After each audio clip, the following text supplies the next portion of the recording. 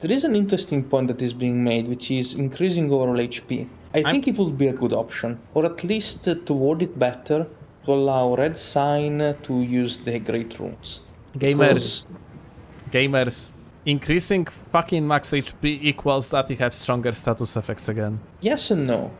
I mean, no, only yes, it is percentage-based burst. So, Yeah, like, but increasing at the same HP time, equals that status effects are stronger, straight off the bat.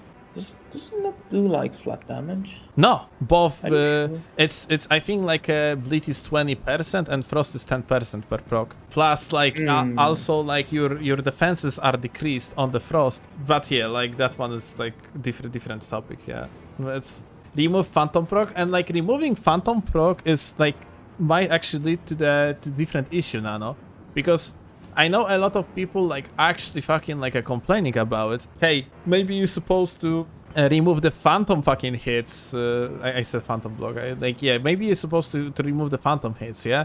Because, like, oh, it is so annoying. But it is also the response to the latency. Because if you're going to remove the status effects entirely, or like phantom hitting from the status effects entirely, then you're gonna end up in situation you're gonna have like a 30 minutes long fights against people that have high ping to you. Like, I personally, how I find it from the current gameplay perspective, is that like against situation when I am facing the high latency players, I am switching to the status effects. When I am playing against gamers that have low latency, the raw damage is just simply better because you can roll catch and so on. Yeah, and yeah, it's I think it is like a good thing. Like, maybe, you know, if anything, I would just like probably suggest to remove the burst damage on bleed and frost. Maybe that would be the play. Like, probably madness too. Maybe the burst damage on the madness is also not okay. That's the thing. I'm seeing like people complain about hitboxes. If you're complaining about Elden Ring hitboxes, oh boy, let me introduce you to DS1 hitboxes. Kick. Because I mean, just like, look at Great Combustion, man. Fuck like that shit in DS1. I think, like, you know, a lot of people also misunderstand the difference between hitboxes and just the latency.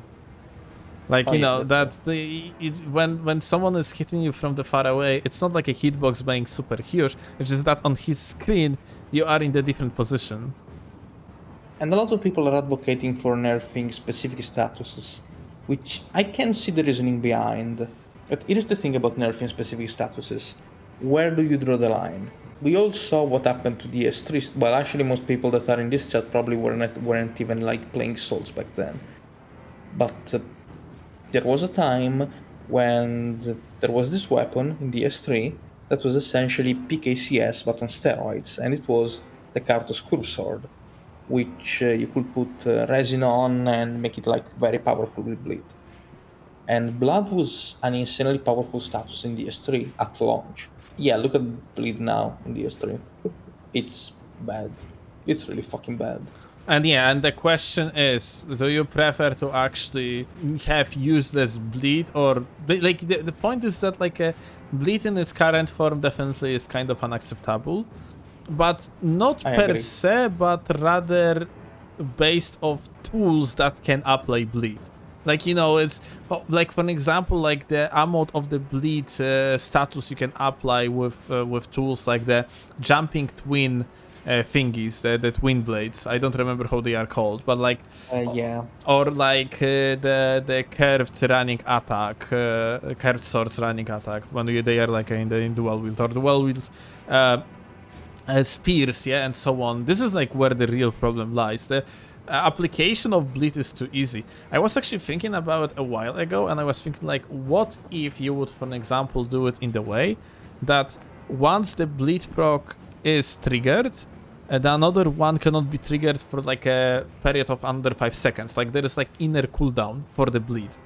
So you wouldn't have a situation that someone just absolutely abuse the system and constantly like poke you with the dual spears, and like they are like a proc in the bleed on you every single time. Like, wouldn't that be the solution to the problem? Because on one end, yeah, I guess. And I would say like that's supposed to be done literally with every single status effect in this game. So you wouldn't I have. actually really like what Coop is proposing. I actually really like the idea of bleed, well, not reproccing, but like having a bar that has to go down, and until it does, being unable to heal. I actually think, and stopping regen too. I think that would be a very cool idea.